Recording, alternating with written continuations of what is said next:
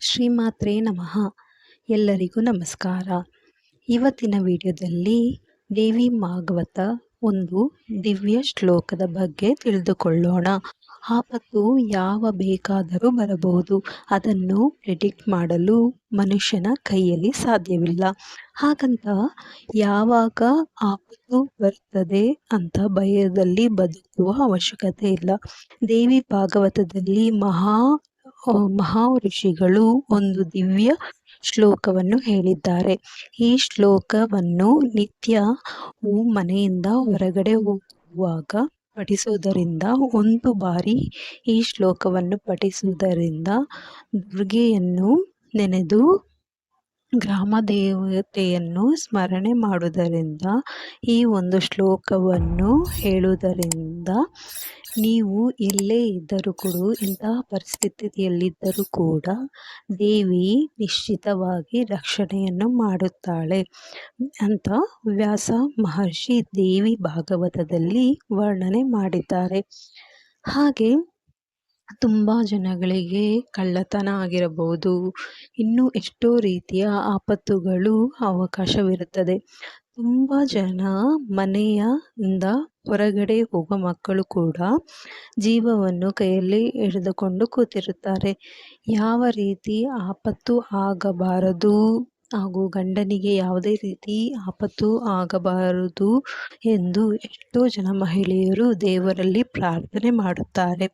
ಆ ಪ್ರಾರ್ಥನೆಯಲ್ಲಿ ಈ ಒಂದು ಶ್ಲೋಕವನ್ನು ನೀವು ಮಕ್ಕಳಿಗೆ ಕಲಿಸುವುದರಿಂದ, ನೀವು ಸಹ ಆಫೀಸಿಗೆ ಹೋಗುವಾಗ ಈ ಒಂದು ಶ್ಲೋಕವನ್ನು ಹೇಳುವುದರಿಂದ ಎಷ್ಟರ ಮಟ್ಟಿಗೆ ಈ ಶ್ಲೋಕ ನಿಮಗೆ ಕಾಪಾಡುತ್ತದೆ ಎಂದರೆ ಈ ಒಂದು ದೇವಿ ಭಾಗವತವೇ ಸಾಕ್ಷಿ.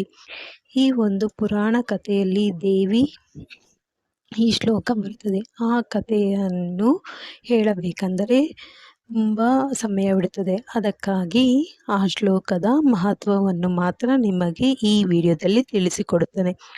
ಹಾಗೆ ನಾನು ಕಥೆಯನ್ನು ನಿಮಗೆ ಮತ್ತೊಂದು ವಿಡಿಯೋದಲ್ಲಿ ತಿಳಿಸಿಕೊಡುತ್ತೇನೆ.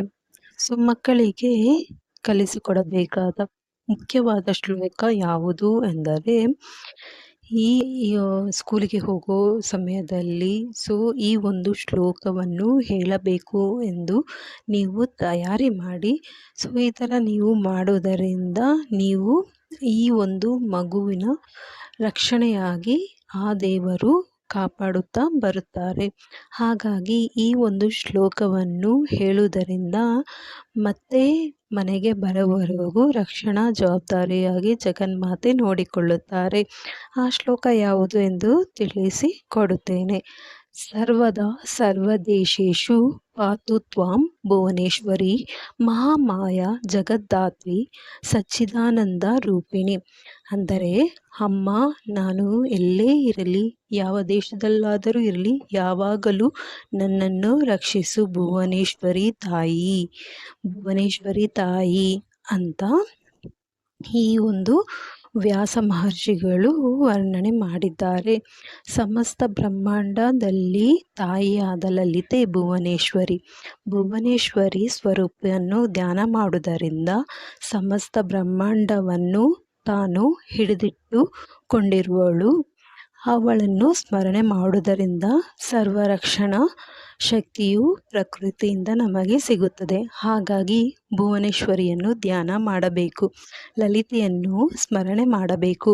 ಮಹಾಮಾಯ ಜಗದ್ದಾತ್ರಿ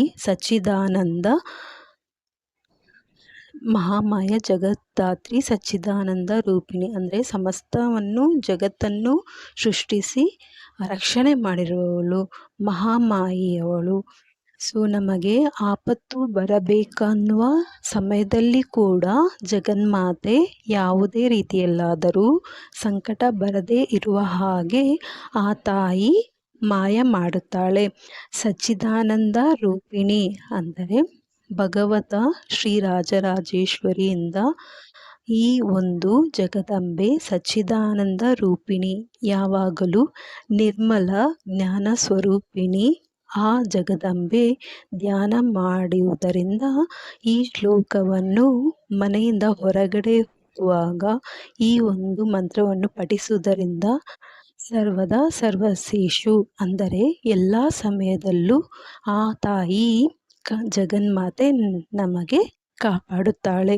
ಈ ಶ್ಲೋಕವನ್ನು ಹೇಳುವುದರಿಂದ ಸ್ವತಃ ತಾನೇ ನಾನೇ ಅಂದರೆ ತಾನೇ ರಕ್ಷಣೆ ಮಾಡುತ್ತೀನಿ ಅಂತ ಅಭಯವನ್ನು ಕೊಡುತ್ತಾಳೆ.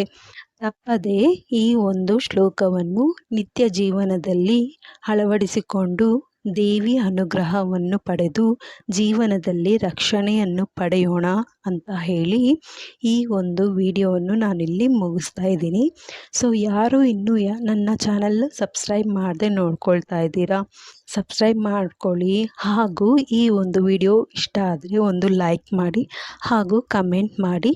ಸೊ ಕಮೆಂಟಲ್ಲಿ ಓಂ ಶ್ರೀ ಭುವನೇಶ್ವರಿ ನಮಃ ಅಂತ ಕಮೆಂಟ್ ಮಾಡಿ. ಸೊ ವಿಡಿಯೋ ವೀಕ್ಷಣೆ ಮಾಡಿದ್ದಕ್ಕೆ ಧನ್ಯವಾದಗಳು ವೀಕ್ಷಕರೇ.